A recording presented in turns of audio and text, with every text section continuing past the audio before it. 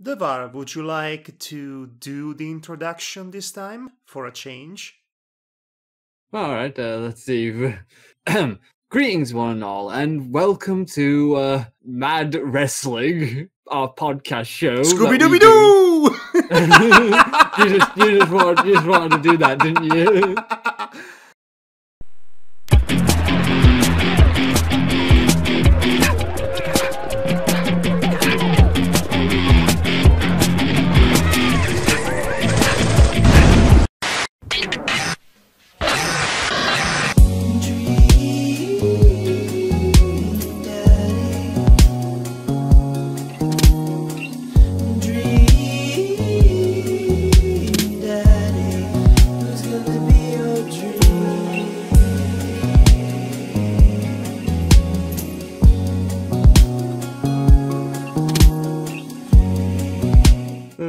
Anyway, yes, as Devar was saying, welcome to Mad Wrestling Podcast. Mad stands for Madhog and Devar. Yep. It also stands for MAD! Yes, we're mad for this whole thing. Well, I am most certainly mad for even trying to watch almost everything that the G1 Climax had to offer. Actually, no, not even close. I had to be selective and discriminatory about what to watch. So I ended up watching mostly the B block in that regard, because it had the best people and the best matchups, in my opinion, that is. So, some time ago, we reviewed, well, mostly reacted, really, to the first day of the G1 Climax, which is this huge football-style tournament that the NJPW promotion goes through in between July and August. I've already partially explained what the rules of this tournament were. It's different from the classic Eliminator tournament that we are used to in both wrestling and tournament arcs in shonen manga. It's actually a far more interesting version of it, but the downside is that it takes a very, very, very long time to conclude. And since every single participant in the tournament has to compete in all of their allotted matches, regardless if they make it to the finals or not, that means that the event is going to be really, really big. Also, considering that there are always tag team matches before the singles matches themselves, that makes sure that every single event is about 3 hours long. 19 shows. 19 shows. I did not realize it was that long.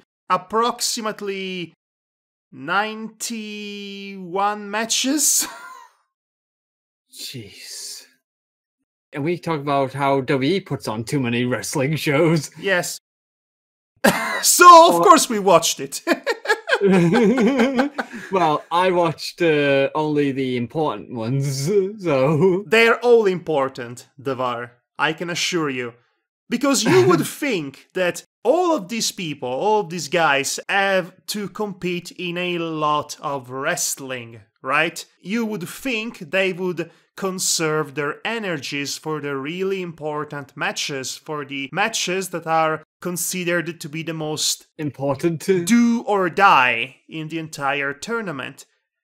But such is not the case, because all of these people, they were giving their all every single night. You would think Kenny Omega would slow down after a 5-star match with Naito, 5-star match with Goto. No! Not even close! And they don't just have their own single matches, they also have their tag team matches in another show, like I said. So they were always busy, and it's maddening, it's madness to even think what kind of Herculean effort, what kind of physical and mental preparation one must have in order to participate in such an event. Probably a lot of passion, that's for one thing. Yes.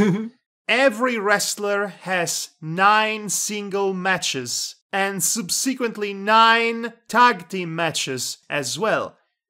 Essentially, they are competing in 18 matches per person. Within those 19 days. Yes. Oh, yes, because the last show includes the final, and the rest of the card is comprised of, you guessed it, tag team matches! Lots of them. Lots of them indeed, and everyone is involved. Yep, no one is left out. Super Smash Brothers, really? For reasons concerning time, common sense, and basic logic, we cannot possibly discuss every single match in the event. We would not be able to discuss every single match in the event, even if we actually had the material time to watch every single match in the event, which we did not, in fact, do that. We did not watch every single match in the event, because that's insanity! But we did see the semi-finals, both for the A block and the B block, and the final, which I would argue they are the most significant to watch. But nonetheless, before we actually go into that, before we actually get to talk about what the final was and contextualize what brought us to that particular point, here's a short list of my own personal highlights from this tournament. Jay White versus Kazuchika Okada from night 1, we both watched it. Yeah, we both watched that, and he had a very good promo after that. Yes, that was definitely setting the mood for the rest of the tournament. Kenny Omega versus Hiroki Goto. Zack Sabre Jr. versus Kota Ibushi. Kota Ibushi versus Kenny Omega. Oh yeah, that was a very good one, actually. Kazuchika Okada versus Hiroshi Tanahashi. Oh. Yes, and that was just a run-of-the-mill encounter for those two. Think about it. Sanada versus Kota Ibushi. Sanada is the best wrestler in Los Ingobernables de Japón. After this tournament, I am convinced of that. He was able to out-wrestle Zack Sabre Jr. Ooh. Of all people, so you know that's great. Toru Yano versus Kenny Omega, by far the funniest match in the entire showcase. It was so good. I remember you saying to me that Toru Yano is trying to be serious. That's the funny part, because in the first night of his own block, which is the B block, he had a proper serious slobber knocker with his best friend Tomohiro Ishii. Back and forth, stiff, strong style competition. Yeah. It was quite something. Ironically, Tomohiro Ishii would pick up the win by using Yano's less than amiable tactics. Speaking of which, watch every match with Tomohiro Ishii in it. Right. Yes, that's my recommendation. Tomohiro Ishii versus everyone. He was the absolute MVP of this entire event. And if you've seen one match in which he was in, you would understand what I mean. And you've seen one match with him in, so you understand what I mean.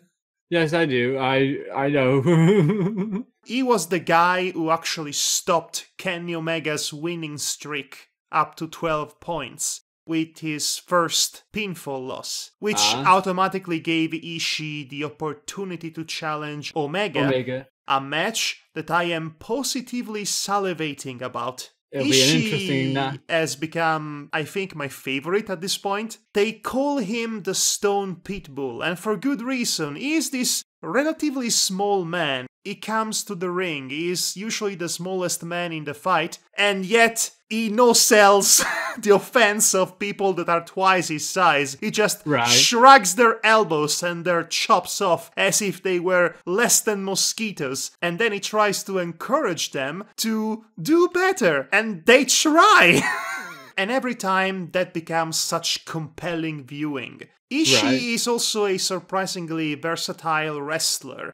He can do mat technical wrestling, he can do enziguri kicks if he wants, but at his strongest, he is the guy who no-sells elbows, stiff as a sequoia, or as a stone pitbull, because he's the Stone Pitbull, you see. His bouts turn babies into full-grown men with chest hair that's about the size of the Amazonian forest. He's a manly man.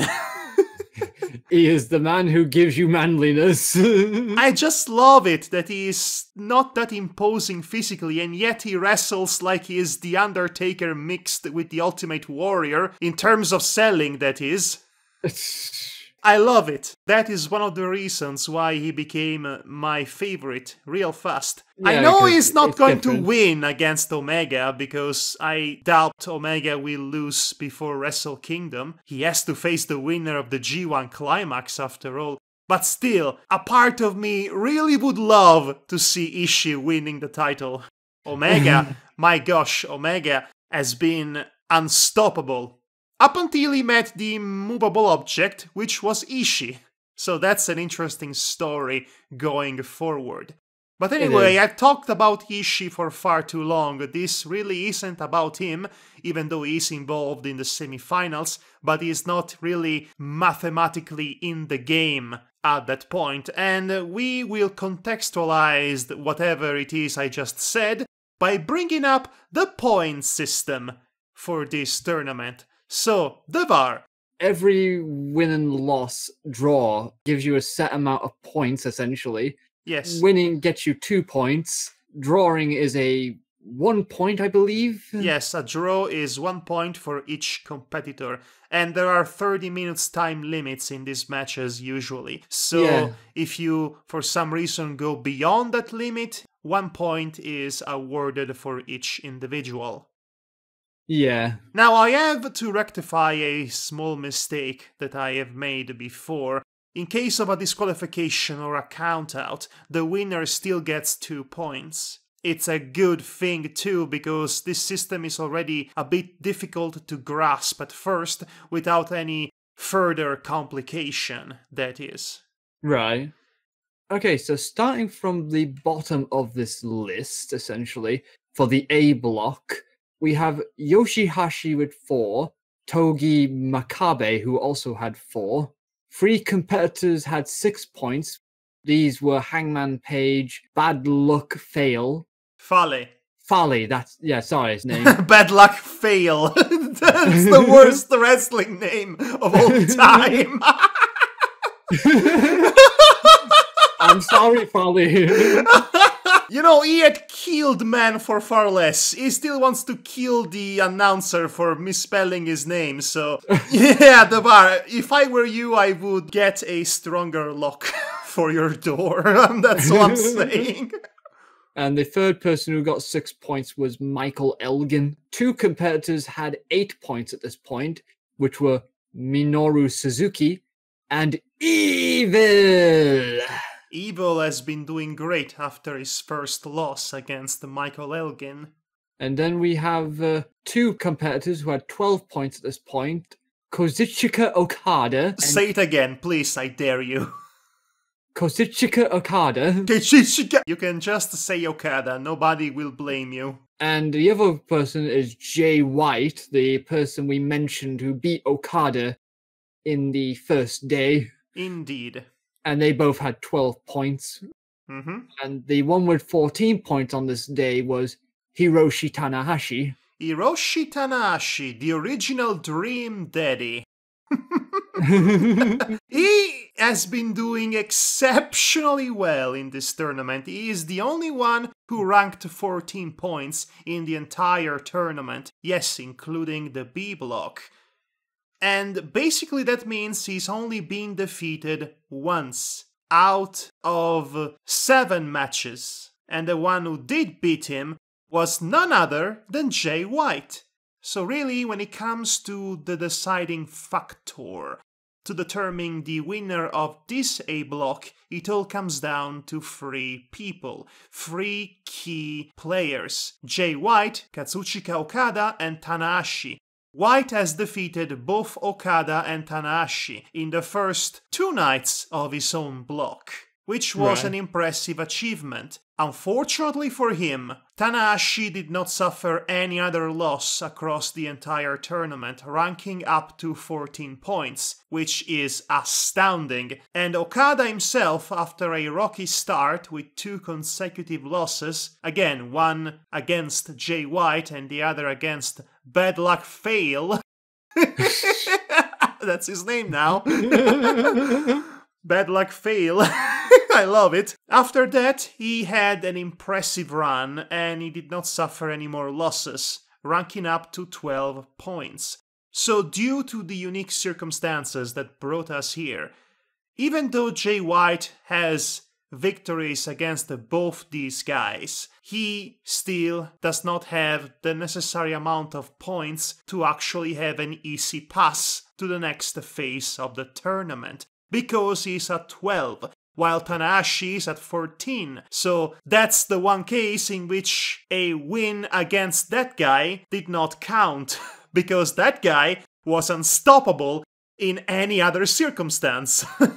Yeah. The way the tournament is built, it actually makes things far more interesting and unpredictable, because the fact that you don't know who's going to make that comeback during the entire thing, unless it's too late by a certain number of days. Indeed. So you have time against yourself, you have fatigue against yourself, you have the other opponents, the other angry opponents against you. Everything is riding against you. You have to be a survivor in order to win this tournament. But as it turned out, being a survivor does not work like, say, a Battle Royale scenario. The only way for Jay White to win his own block would be 1. Beating his opponent in the semi-final. Yeah. And 2. Hoping that Okada actually beats Tanahashi. Because if Okada beats Tanahashi, he gets to 14 points. And if Jay White beat his opponent, he also gets to 14 points. But since White already beat Okada, he holds the tiebreaker, so he would win the block. That's how the mathematics work for this tournament. On the other hand, if Tanahashi wins the match against Okada, or even if it ends up in a draw, he automatically wins because he has more points than anyone else, as we established already. Of course, the way things will end up, Jay White will not figure at all in the conversation. No, even though with all those big promises and beating both Okada and Tanahashi. Yes, but he will definitely use those as stepping stones for future matches and future rivalries, no doubt. Yeah, and storylines, of course. So this is also very open to some interesting storytelling as well.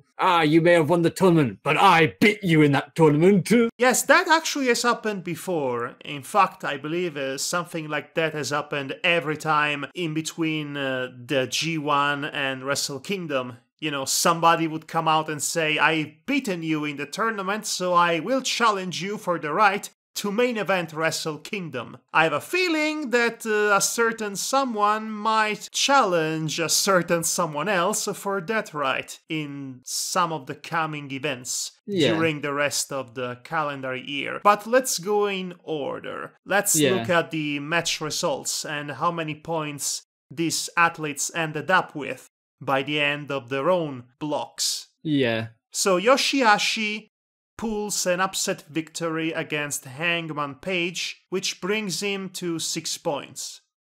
Yeah. It doesn't really matter, but there you go. He managed to get to 6 points. Yeah. A lot more than people expected of him. Yeah. Poor Yoshi. Poor Yoshi.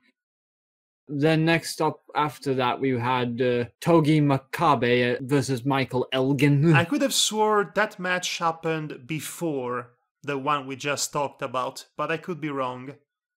I wouldn't know. I'm just going with for what's listed here, essentially. But anyway, Makabe wins. Yeah, he ends up with 6 points, which equals Michael Elgin, essentially. Yes, a lot of ties so far. Yeah.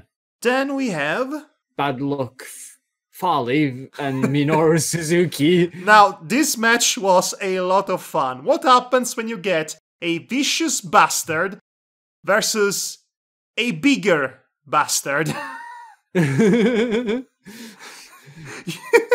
Quite a lot of smacking people around outside. Yes, a lot of brutality and brutalization, I have to say. This was a really fun match to watch, even though it ended on a disqualification. Unfortunately, that has been the running theme with the Bullet Club Originals.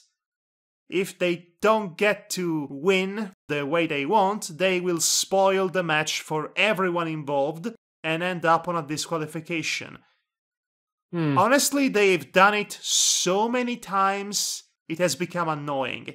It's as if NJPW was injected with a dose of 90s Vince Russo booking. Which, in a sense, it makes them effective villains for a promotion that values competition and the sport above all else. But still, too much! A little too much, I have to say. Yeah, a bit much indeed. So Bid Luck Fail, thanks to this tactic, has gone through the entire tournament without ever being pinned or submitted. He mostly lost via disqualification. Yeah. And such was the case for his match against Suzuki. Another disqualification, another bunch of interferences from other members of the Bullet Club Originals. Tamatonga became involved, Tangaloa became involved. Yeah. Basically, the usual suspects. Of course, Suzuki was a bit peeved about that, and he just took off for the backstage with a steel chair, hoping to find them. I am not sure why the Bullet Club Originals would want to pick a fight with Suzuki-kun. I would think it wouldn't be wise, honestly. No, I wouldn't think it'd be wise either. But they are lucky that Suzuki-gun seems to be busy feuding with Los Ingobernables de Japón at the moment.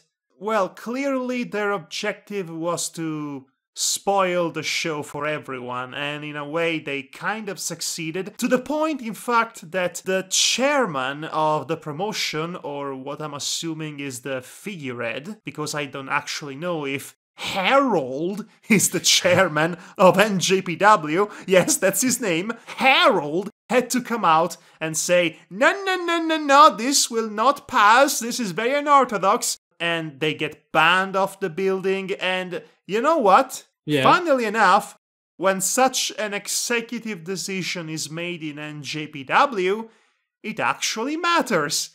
Because they don't come back later on to ruin another match, no. Once they are done with their own bit, they are out for the rest of the night. Which is refreshing, to say the least.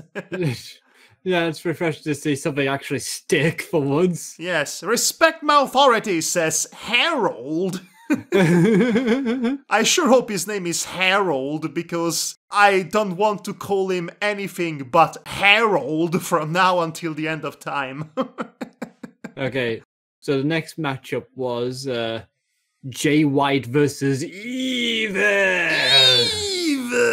So, we all fought. Jay White, this is the do-or-die moment for you. You're still in the conversation for the finals. If you lose this, you're out. So, again, this is your chance, Jay White. You can do it. You can he loses. Na na na na na na na. Hey, goodbye.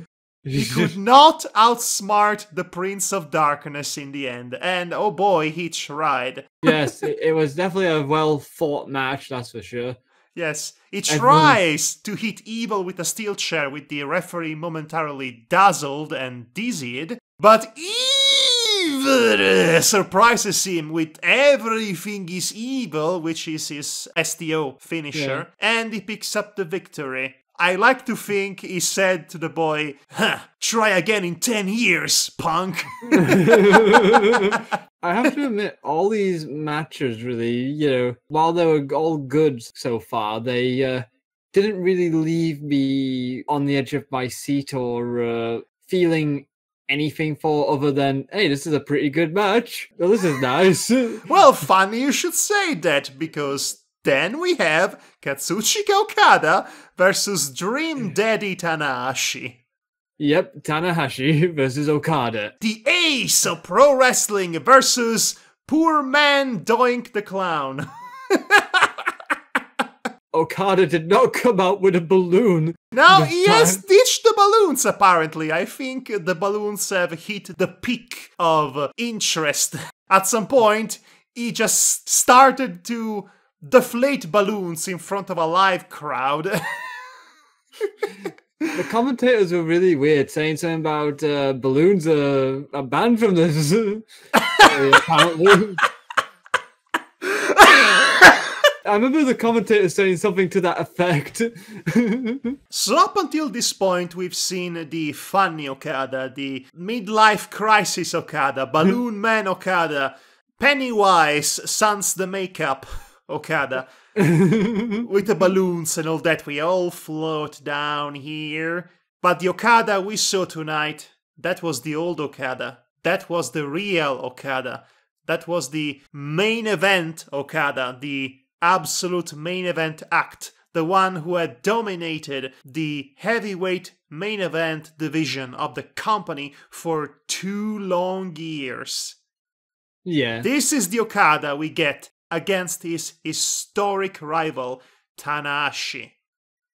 And make no mistake, these two have fought each other approximately 70 billion times. It's really New Japan's equivalent to Orton versus Cena. Except good. Okada and Tanahashi basically give off the vibe of anime protagonist versus his rival. Pretty much. You know, whenever they meet, it's gonna be something special. It is.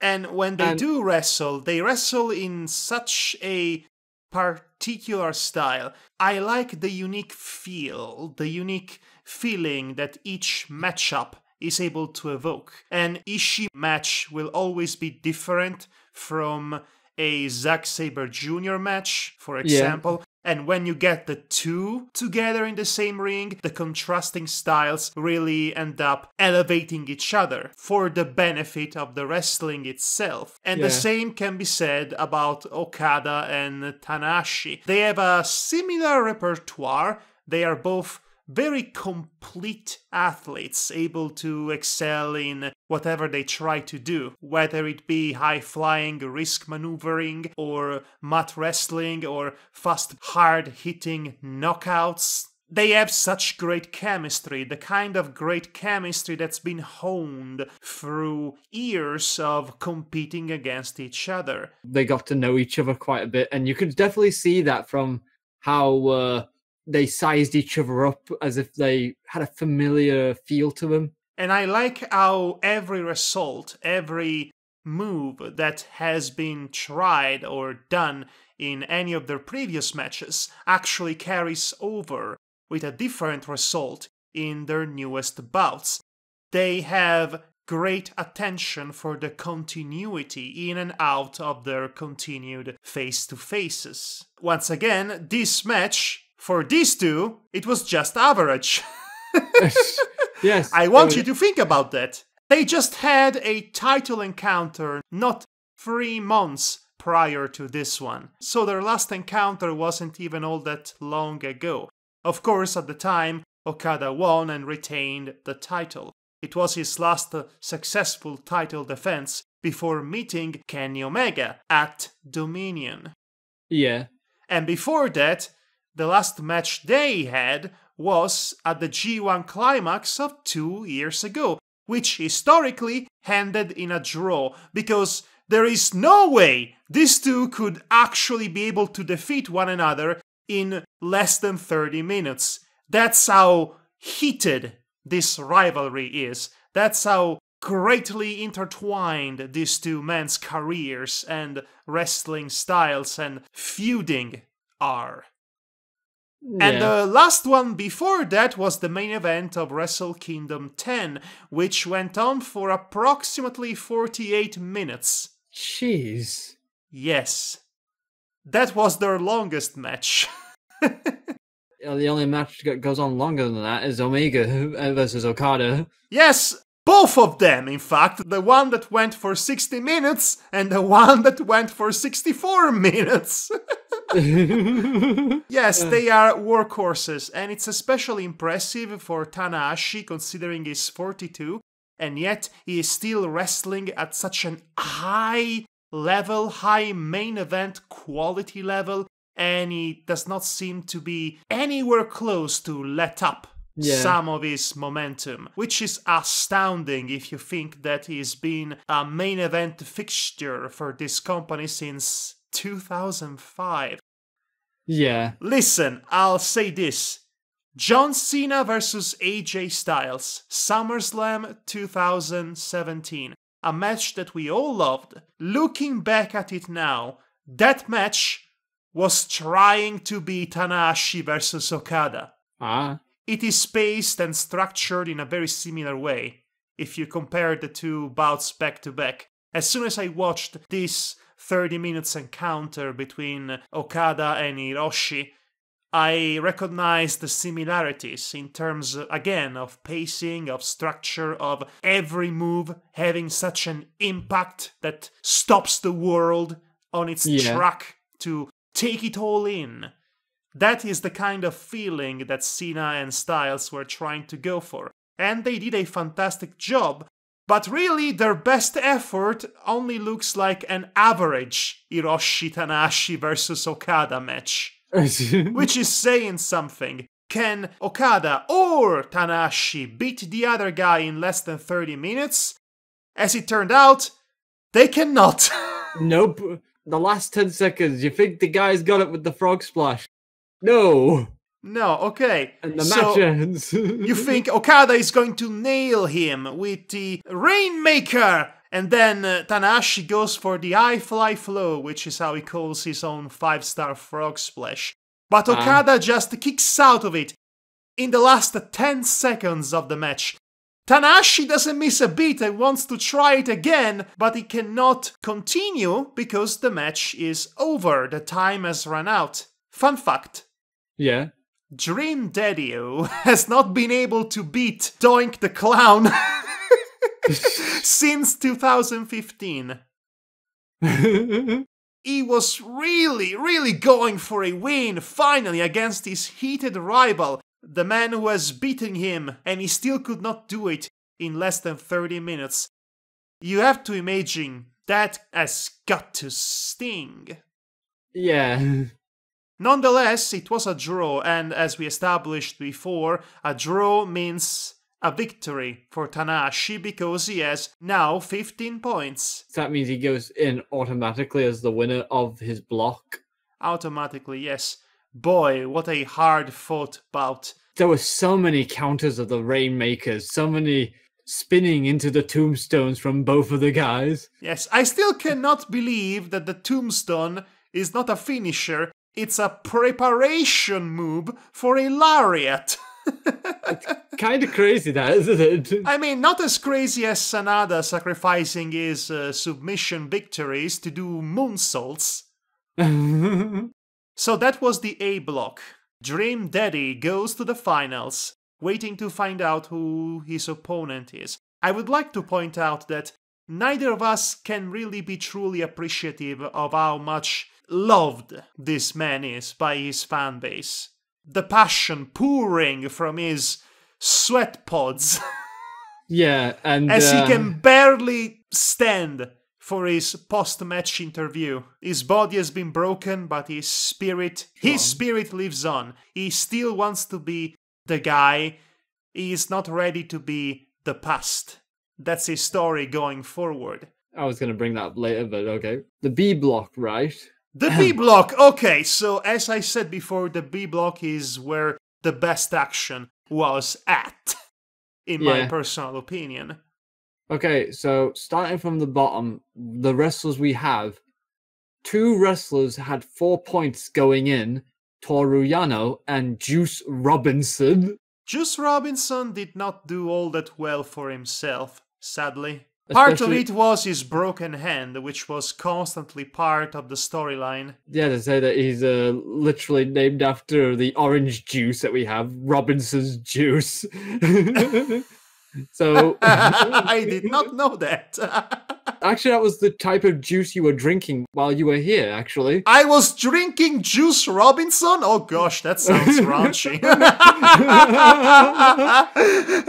Okay. I can hear, eat shit, motherfucker, as I drink him. Anyway, Okay. and then there was two other wrestlers who had 6 points going in. They were called Tamatonga and Hiroki Goto. Tamatonga is the leader of the Bullet Club Originals. And the next up, we have two wrestlers with 8 points, Sanada and Tomohiro Ishii. Mm-hmm. Two wrestlers had 10 points, which were Kota Ibushi and Zack Sabre Jr. And the last two were the 12-pointers, I would call them, Tetsuya Naito and Kenny Omega. Mm-hmm. So once again, similar to the A block, it all comes down to 3 men. Yeah. How peculiar. 3 men. In this case, they have one extra guy here, which is Zack Sabre Jr. Technically, no. Zack Sabre Jr. is out of the equation because he lost to both Omega and Kota Ibushi. Ibushi and Omega are fighting against each other for the determining point. However, Tetsuya Naito had the chance to still be in the conversation if he gets 14 points and if Ibushi wins, because even though Ibushi beat him, just as Omega, Ibushi at the time had 10 points. Yeah. So he would have more points than him. Yeah, I get you. It's just that, I'm just looking at the points and it's like, that's the difference, that basically two people were drawing with 10 points. Just looking at the points, you don't see the context behind them. You have to consider who lost against whom. Yeah, which I didn't have the knowledge of because I only watched these two and the final. Yes, well, Zack Sabre Jr. could have done it if he did not lose against both Ibushi and Omega. Yeah. Anyway, we should start off with the B block, essentially, after the tag team matches that we never watched. Well, we are not reviewing the tag team matches prior to the main events, thankfully, because otherwise we'd be here pretty much the entire week. Yes. Okay, so starting off the B block is Toru Yano and Tamatonga. Guess what? The match goes on a DQ finish. I would have never seen that coming. It's not like they've done that the entire show, the entire event. Yeah, it's not like they want to ruin everything for reasons. For reasons, because it's their MO. It's what the Bullet Club was originally. Away from Dave Meltzers and 5-star ratings and elites. Who cares about that? We want to beat up people! Yeah! So Tamatonga, funnily enough, he has been in a Twitter war of sorts against a certain large canine from a lesser promotion. Right. And I will not say more about that. So the match itself, Tamatonga actually helped out Toru Yano pinning Kenny Omega last time. Yes, that happened. Yes, okay. Toru Yano wins this one again via disqualification, only because Tamatonga just went too far. Too far, man! It wasn't even the interferences this time around. It was just him trying to literally strangle him to death, and none of the available referees were able to stop him, so they had no choice but to call the bell. Actually, let me put this out there. Yeah. My real MVP of this event is the referee Red Shoes. Yeah, Red Shoes. Red Shoes is the most badass referee in existence. No, seriously. So there was this one time in which Bad Luck Fail was about to pick up a less than clean victory against Tanahashi. Yeah. But Red Shoes came back to the ring and instead of counting him, he flipped both the birds at Tamatonga and then called for the bell. Oh, and there was this other time in which Tamatonga tried to intimidate the referee. The referee responded by pushing him and fisticuffs. Of course, then he stun gunned him, but still, that man is a treasure.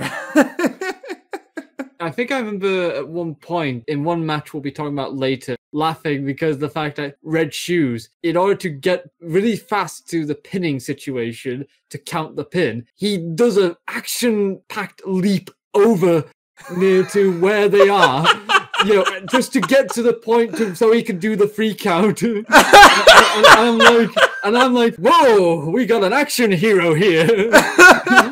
I love that guy. Referees should not steal the spotlight from the wrestlers, but every once in a while it is so fascinating and compelling to see a ref actually pulling his weight as a figure of authority in these matches. Otherwise, they are just more or less literal ragdolls for the wrestlers to tussle against.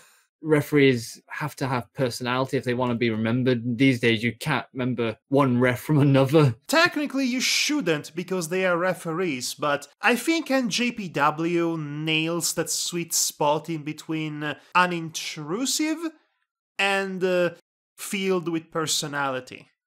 Yeah. It's the sweet spot in the middle that does not distract or detract from a match, but it adds instead. Yeah. Anyway, so that was the first match. So on to the second match, we have Sanada versus Tomohiro Ishii. Tomohiro Ishii, man. Enough said. Sanada is great too. He has been a fantastic wrestler throughout this entire tournament. Unfortunately for him, Ishii is... You know, have you tried punching a stone pitbull? Listen, the pitbull... It might be small because it's a pitbull, but it's still made of stone, so you're going to break your hand if you try to punch it. And even if it weren't made of stone, pitbulls are notoriously very aggressive, ferocious fighters in spite of their size. Yeah, pretty much. So, yes, Sanada did not overcome this particular obstacle, this 5 feet high obstacle, as it were. No. Ishii is just the man. Ishii is a very aggressive man. Not that much, actually. He just let his opponents have a go at him, just to show he is the manliest. I can take it too. Yes. I think he would not sell a chop from Godzilla. Yeah, just blast him with that radioactive laser of his, and then suddenly it's just there still. He picks up a win against Sanada with his brainbuster suplex. Yeah. And that's that. A respectable 10 points for Ishii. Yeah. Then we go on to the next match, which is Hiroki Goto versus Robinson's Orange Juice. Drink juice, motherfucker! Juice Robinson had some sort of a redemption arc because he ended up his last match in the card, in the tournament, I should say, with a victory. Yeah. Hiroki Goto, not so much. Oh. It has not been a good tournament for either man, in fact. Oh, no. By the way, fun fact, Ishii has painful victories against all 3 champions in the B block. Omega almost had to kill the guy in order to keep him down, and it wasn't enough. So Orange Juice wins against our boy, Hiroki Goto. Okay, so the next match we have was Tetsuya Naito versus Zack Sabre Jr., the submission list version of Brock Lesnar of New Japan. Well, according to Taka Michinoku, calm down over here! This match really told 2 different stories really well. On one hand, we have the now extremely temperamental, agitated, perhaps a bit petulant Zack Sabre Jr., who really is frustrated that he is not winning this tournament. And on the other hand, you have Tranquilo Tetsuya Naito showing up at his pace, taking his time to undress, looking uninterested in everything and everyone, which is his own way to play mind games against his opponents. And it clearly worked in the case of Zack Sabre Jr. That Chris Jericho match was not a good showcase for Tetsuya Naito's abilities. Now, this match definitely was. Yeah. His Tranquilo persona actually works real well in that case, because he can go from 0 to 100 in a split second, taking advantage of the enemy, the opponent, not expecting that kind of reaction. Or intensity, for that matter. Yes, he is a surprisingly intense person. You wouldn't think so, because he is tranquilo. He is cool. I'm totally relaxed. Yes, but he can be a fearsome animal if he wants to. Yeah. Anyway, so Naito is more over than Jesus. You can hear the crowd going nuts, yelling his name, Naito, Naito, Naito. I think along with Tanahashi and Omega, he might be the most over person in the company. Although there is one city that still hates him. Oh? Which is the city he was in at Dominion. Oh, yeah. Yes, Osaka doesn't like him all that much, for some reason. I wonder why. Well, there is a history between these two, of course. I see. Well, that's not here nor there. For the great shock and surprise of all the Naito fangirls, Zack Sabre Jr. picks up a victory with the Sabre Driver! Or was it the Zack Driver? It's basically a Michinoku driver that he had repurposed for his own arsenal. It was a pretty good finish, as it were. I especially enjoyed the bit in which the announcers commented about the fact that there was one woman that was inconsolable, crying rivers of tears. No, Naito, why did you lose me? It's too bad we did not see her, but still, the notion of that happening brings me joy. I must admit, it's very different to see wrestling fans to be that invested. Yes, okay, we are used to see Western crowds relatively cynical with their own pre-prepared chants that go at a purpose rhythm, alternating with each other. It's like a well-oiled machine, if it were. But what I really enjoy about the Japanese crowd is that they are absolutely honest with their feelings. They mark out hard. They are invested in the characters, in the stories, and they are also very polite. They would never try to steal the show or distract anyone from the wrestling itself. In fact, when they try to cheer or chant their favorite wrestler's name, they don't even bother to do a synchronized alternating chant, as if to say, let's go Cena, Cena sucks. No, they would yell their respective names all at once, and they would get mixed up. For example, if you have Ibushi and Tanahashi in the same match, you would hear Tanabushi! Tanabushi! Tanabushi! Tanabushi! Because some parts of the crowd were saying Ibushi, some other parts of the crowd were saying Tanahashi. That's a little aside that I wanted to bring up because I am deeply appreciative of the Japanese crowd. It's part of the reason of why I enjoy this promotion so much in terms of reaction and atmosphere. Again, I find it refreshing to see a crowd that invested. And the product is really good, so the investment of the crowd is well earned and deserved. Yes, it's deserved and genuine. Yes. Who knew you could have both? Yes, who knew, right? Anyway, on to the main event of the B block. Yes, which- oh, and by the way, Tetsuya Naito is out of the tournament now. He did not gather the necessary points to get to the finals.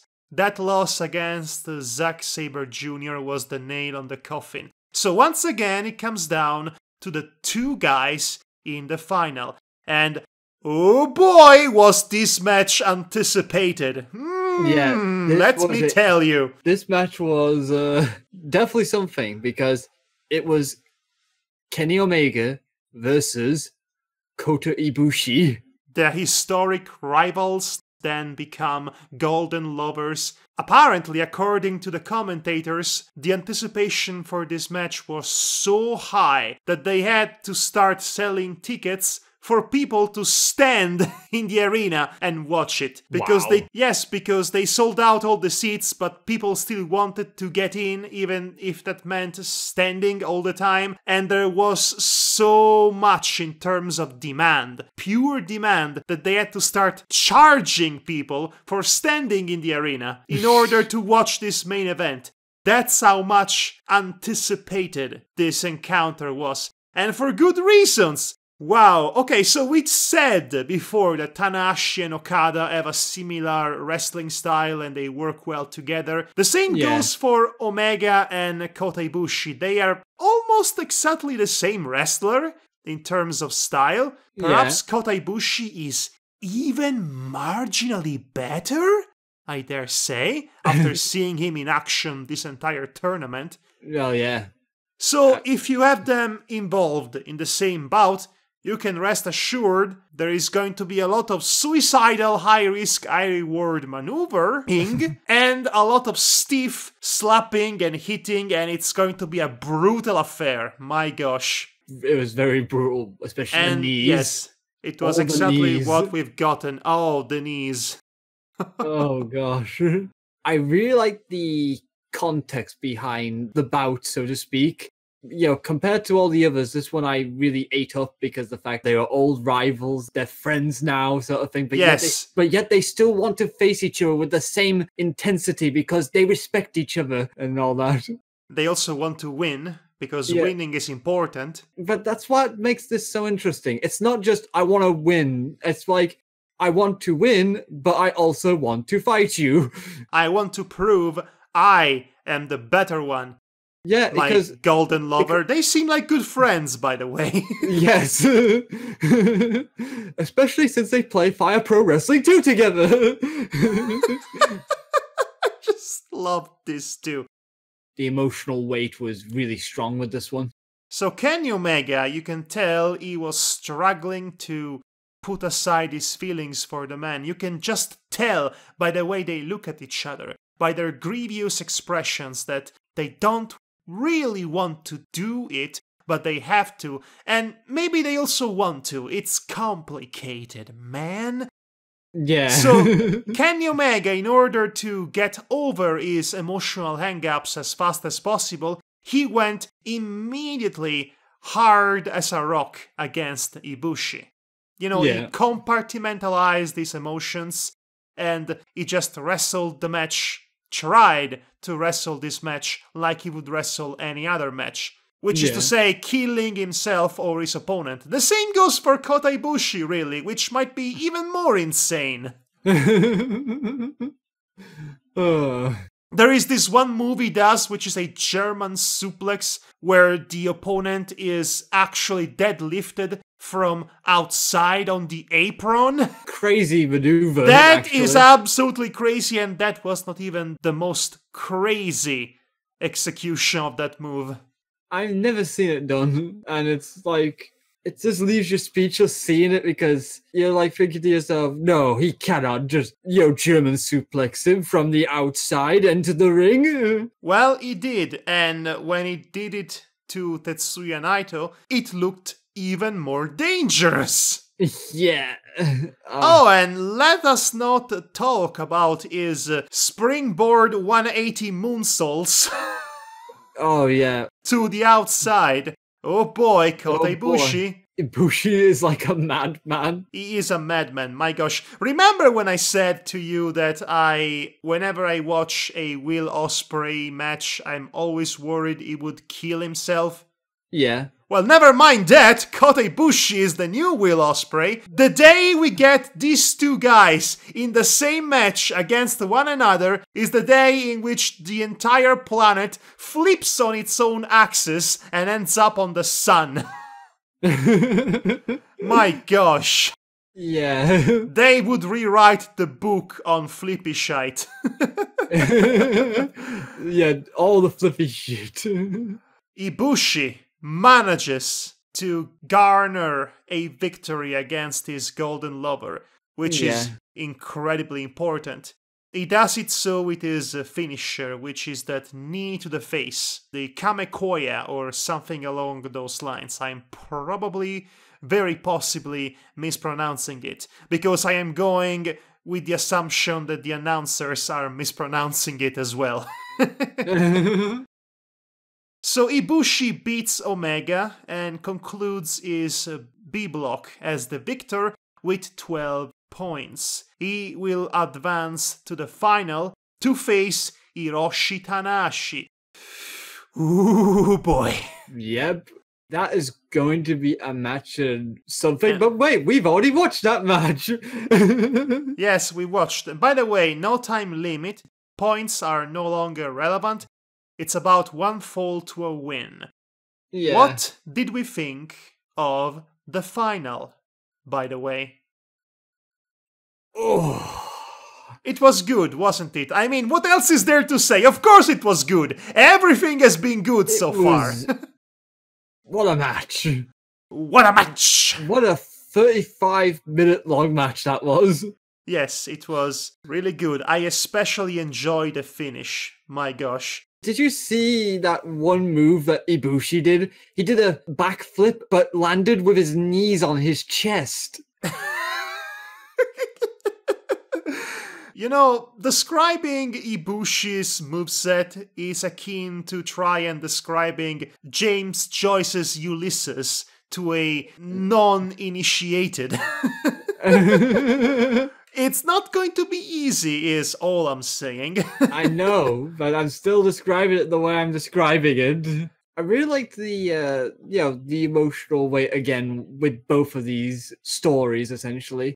Yes. Because Ibushi wants to win just to have that rematch with Omega for the championship, just for higher stakes. And also, he's never been in the main event of Wrestle Kingdom, so this would really skyrocket his career in the main event scene. Yes. And he's been pushed pretty hard throughout this tournament. Again, multi-layered. While Tanahashi is just in there to prove himself that he's still got it. He's not lost his prime yet. No, he has not. He is still the guy. He is still the one to beat. He is still the main event act of this promotion. And he still cares so deeply about it that he wants to be sure that it will be treated with great respect moving forward. He wants to be, once again, the banner for its present and its future. He is not yet ready to be the past. Yeah. So, again, great storylines going into this match and going outward this match. Great people involved. Great result, personally. Yes, it is a great result. Yeah, during the match, I also liked the fact Omega was there to support Ibushi. Never mind Omega, Katsuyori Shibata was there, surprisingly, in Tanahashi's corner. I sadly made fun of him. Because of the mustache, isn't it? It was actually more like he looked like a guy who was going to Tanahashi, like, come on, you got to win this match so we can eat tonight. I don't know why I thought that. Shibata retired from active competition last year due to a concussion. So this is why you haven't seen him for well over a year. Well, but now he's back out of nowhere to be in Tanahashi's corner. Wow! That's amazing. Shows a lot of love for Tanahashi, I guess. I did not know they were friends, but there you go. This was great. It was Such a surprise. It definitely added a feeling of importance to the match, as if it needed it, really. It didn't. It was already great. The atmosphere was pristine, I dare say. It was fantastic. The back and forth, the crazy maneuvers Ibushi would pull out. The counterattacks from Tanahashi and his stubbornness not to die of old age. The only thing I would probably bring up that I don't know if it's a criticism yet or not is basically in most of these matches I noticed, especially the really, really good matches, I noticed they tend to do this moment a lot. The moment where both men are standing and they either punch, slap, or elbow each other. Oh, yes. Long periods of time. And I mean, it's a staple, but it's kind of borders on overly abused, but yet it's deserved in a way, despite its overuse. Yes, it's overused. In fact, I've seen that in almost every match I've seen in this promotion, to be honest. But every time they do it, it happens at such a perfect point in the match that it feels earned. They have thrown everything at each other and they are both still standing. Why won't you just die? Ah, I'm going to hit you now up until you die. At this point, it becomes about proving who is the strongest, who is the more resilient. Yeah, it's Dragon Ball logic, really, if you think about it. Of course, tropes ingrained in Japanese media. Yes, but applied to real-life people doing real-life stunts like that, it increases the drama and the effectiveness of it all tenfolds, I dare say. Mostly because it doesn't have to be worried about animation budget to pull it off. Yeah, I mean, the only thing they have to worry about is broken bones. Oh yes, that. So anyway, I mentioned that I enjoyed the finish especially. Tanahashi has finally Ibushi on the mat, belly on the floor. He performs an high fly flow to him on the back.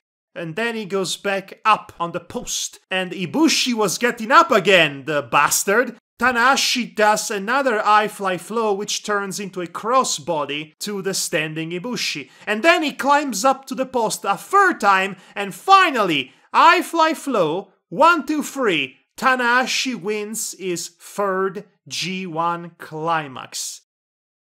Dream Daddy, yo. I really like the finish of the match, but I also like the aftermath of the match. Just because, it shows the fans people crying in joy or sadness based on who they were supporting. You would see people like hands and faces or faces and hands, and you would see... Hands and faces, I like that, actually. They have faces for hands and a big hand for a face.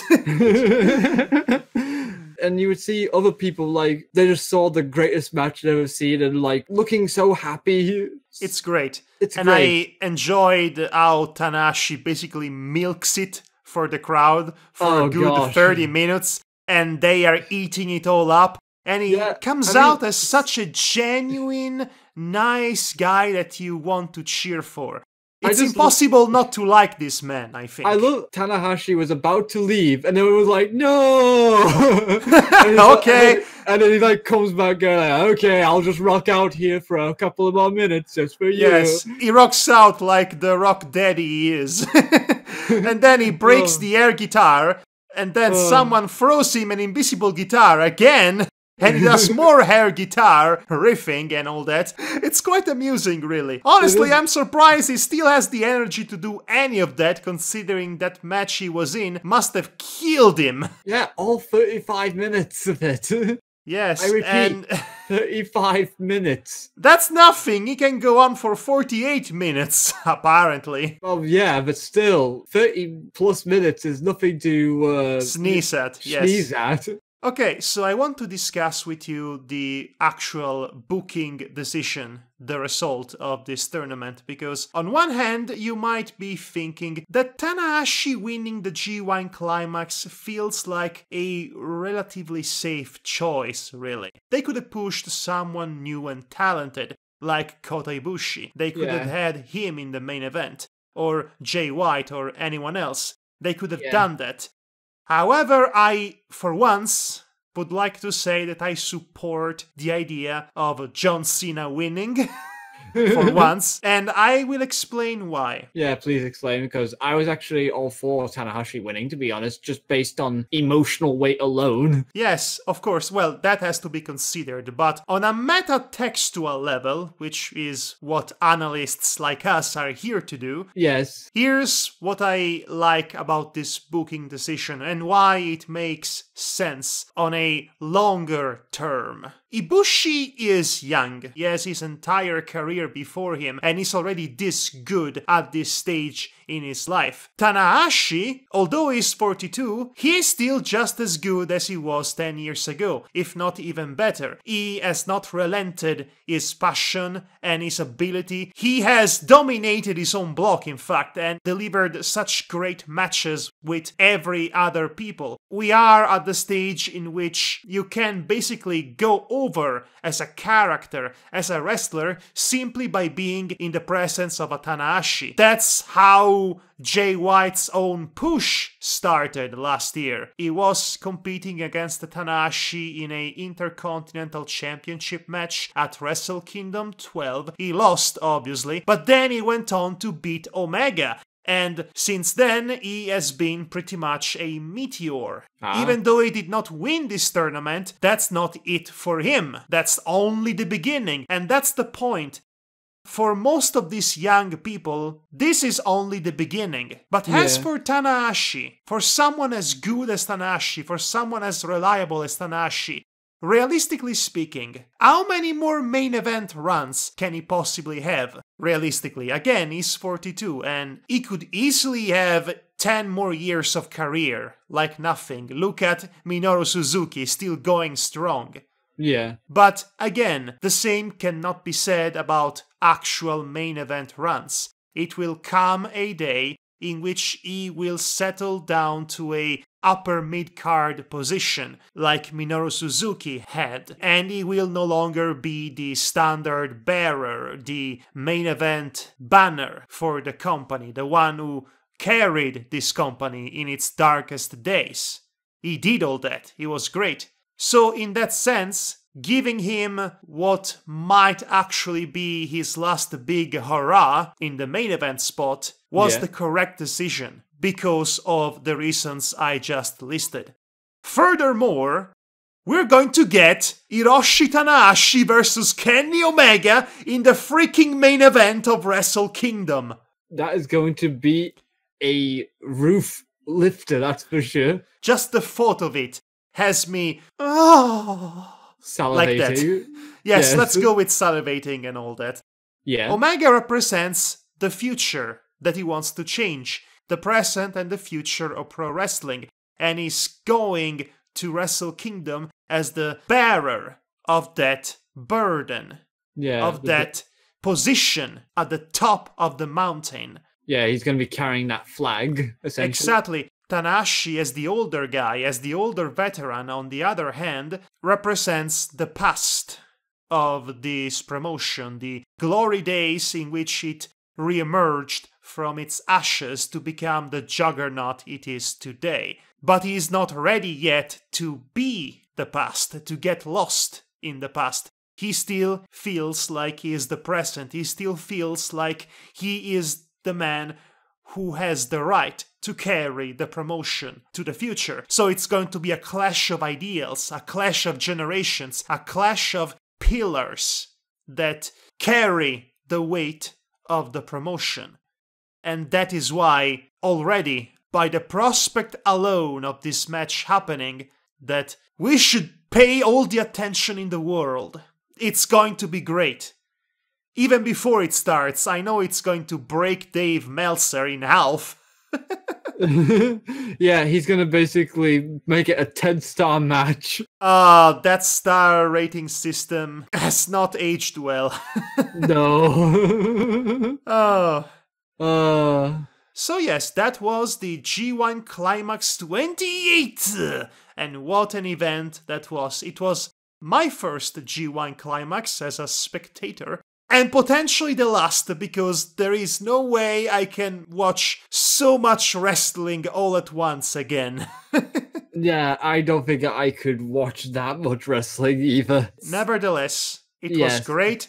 Tanahashi deserved the victory.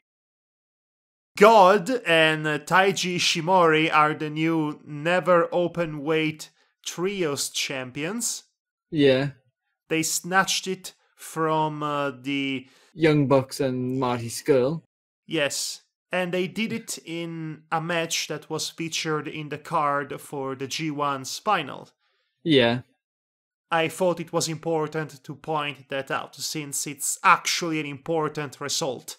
Yeah, I know. I think it's pointless to do our usual best match, best guy, worst guy, considering we reviewed matches across multiple events. I'm just gonna say all of them were the best because, 19 days, all of them deserve a medal for just, being there. Indeed, I agree. I think that'll do for that, really.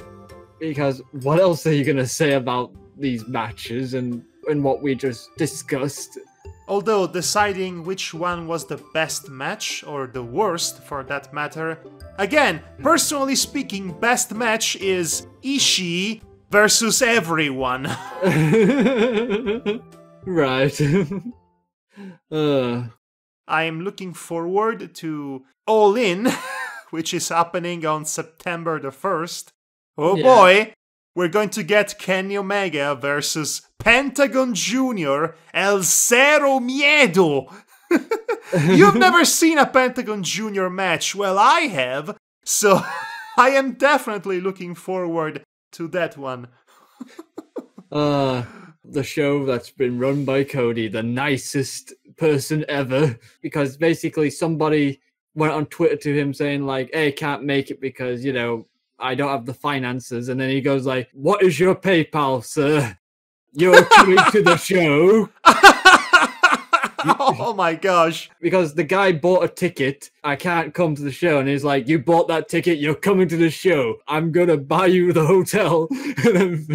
Wow. There was even a cancer patient who said he couldn't come. And Cody was like, we'll see if we can bring All In to you somehow. We're going to have the Young Bucks bursting through the door. And I guess they're going to put a nurse into a Meltzer driver just for you. Honestly, the mere existence of this event is seismic, and I can never understate how important it is. Let's just hope that a certain other company will not ruin any of this by trying to snatch all the talent in the world. So there is that. Anyway, this has been our post-mortem look at the G1 Climax 28, Be a Survivor, and all that. Tanahashi won his third one. It's a big deal. Also somewhat unexpected. Yeah.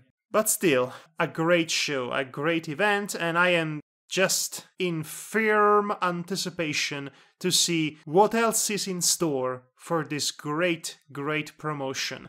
Me too, actually. Wow, I really cannot believe I managed to initiate you to Japanese wrestling so efficiently. Well, you didn't have to do much, really. I just had to show you. This is wrestling. Oh my gosh, I had forgotten. A lot of people wouldn't think that it's easy to jump in. Other than learning the names of the wrestlers, everything else has been smooth sailing on realizing what's important and what's there to grab hold on to. And with all of that said, I have been Madhog Master. And I've been Devar Akron. Good night, everybody. And take care of yourselves, okay? And always remember to Scooby-Dooby-Doo!